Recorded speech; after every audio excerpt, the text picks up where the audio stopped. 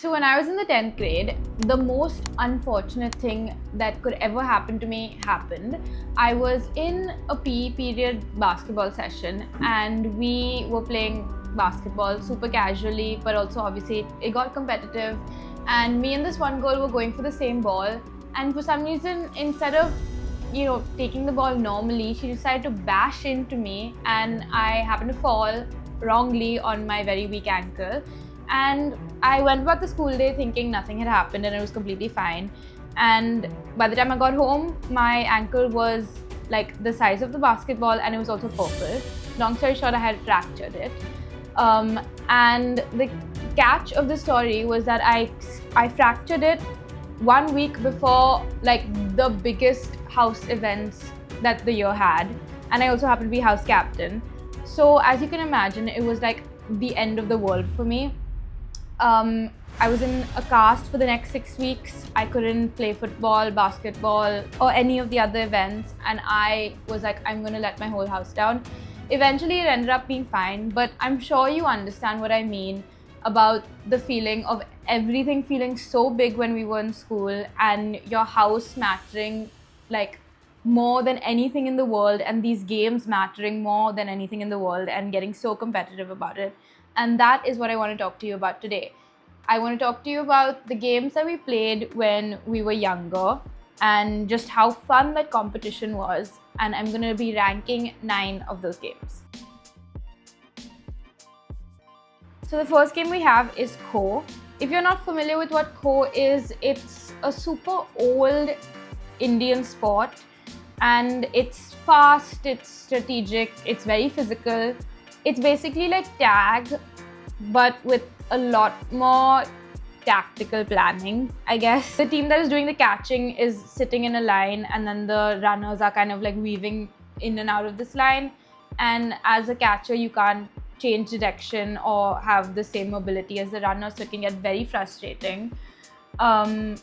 And so I personally used to find it very frustrating for this exact reason. Yeah, it was also just very stressful. I think there's so many rules. You can't cross a line, you are restricted in how much you can move. Meanwhile, the runners are like literally running circles around you.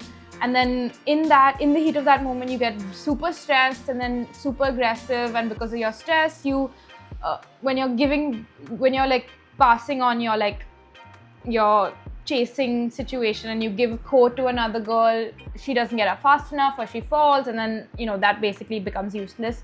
So liked Kho, I liked how competitive it was, but not my favorite, and for that reason I'm gonna start low and put this in C, I think. Next up we have Chor Police, which I think might be one of the best games that we ever played when we were younger. Chor Police, again, is kind of like tag, but there was one team that was the chores or the robbers, and one team that was the police or the cops. So the cops had to catch the robbers, and you could get so creative as a robber, like where you were hiding, and yeah, I just loved it. Everyone just ran around screaming. The police definitely took their job way too seriously. Like there was always like one jail guard who was like, once chores were caught, she was like, you can't go anywhere. Like it got really serious for no reason. And I think the chores always got caught because they were probably laughing too loud, so their hiding place got caught out. Yeah, it's like hide and seek on crack. I'm gonna have to put this in the S tier. Next up we have Lock and Key, which is another variation of tag. We're seeing that there's a theme here. Lock and Keys, basically, I guess you can call it freeze tag. If you get caught, you have to stay in place till another runner comes and unfreezes you. This was like fine. It was super fun when we were much younger, I guess, pretty basic. Like as Abby Lee said, it's great, but I'm waiting for it to be better. It did get better because all of its offshoots and variations were so much more fun, like melting candles and all the other. You could get really creative with what you were when you were frozen. So yeah, I guess this is also gonna go in C. Next up, we have Dark Room. Again, one of my personal favorites. I always wanted to play Darkroom. I still always want to play Darkroom. I feel like no one ever wants to play Darkroom with me. More fun version of hide and seek because it's in the dark. The other caveat that I like about this game is that you have to make sure that you are actually identifying the person you're catching, and if you're identifying the wrong person, you have to like go again, which is so fun because when you're hiding, you can swap glasses or tie up your hair in this way that someone else's hair is tied up to confuse the denner and stuff like that. So much fun, but being den is kind of terrifying because you firstly walk in and you feel crazy because you're talking into like the dark abyss of no one and nothing. Also, the dark is scary, so I would love to play Darkroom as Denner if I had a pair and we were both seeking together. Yeah, I mean, I would still play Darkroom today, and I'm gonna put it in the A tier. Then we have Goal Spot, which is a great filler game. Jumping to step on each other's toes sounds kind of mindless, but got super competitive. Again, there were a lot of unnecessary rules like, oh, can you shadow, can you not shadow?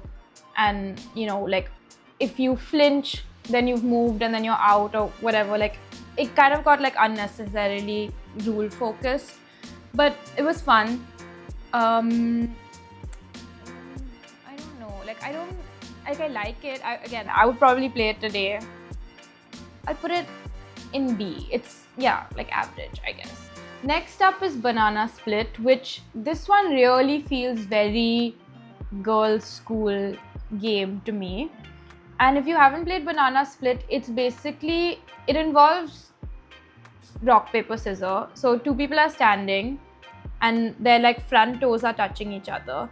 And then you play rock, paper, scissors. If you win, then you get to move your front foot back, and the other person has to touch their front foot to your foot, if that makes sense.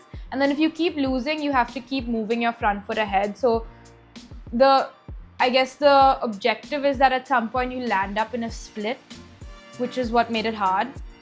But I really think that the thing about this game was just mostly about people showing off, like people who could do the splits. Luckily, I was someone who could do the splits in school, so I enjoyed it. But yeah, it was mostly about showing off. And it was just, yeah, a super filler game. Like if you had, 10 minutes in between classes before the teacher was coming, people would break out into banana splits. It was kind of unnecessary. I think I'm gonna have to put this in the F tier. Yeah, like, great game, but yeah, filler game. Next up is Throwball. My school took Throwball so seriously. I have never seen any other school take Throwball so seriously. Like, we had a inter-school team that went to like states or whatever, but I don't actually know any other school that played Throwball, so I'm not really sure who we played against. But Throwball is essentially like volleyball, but you catch the ball instead of like whacking it. And it was good. I would say not my favorite out of the more competitive inter-house sports. Yeah, I think there were too many rules. Like, you had to catch the ball a certain way. If you caught it and you accidentally twisted it, that was a foul. If you if your hands like whacked the ball too hard and made a too loud a sound when you caught it, that was also a foul. Like, I don't know, I feel like there were too many technical rules that it felt like an actual competitive sport, but I don't know, it could become like too much shouting and not enough running for me. And so I'm gonna go for like a B.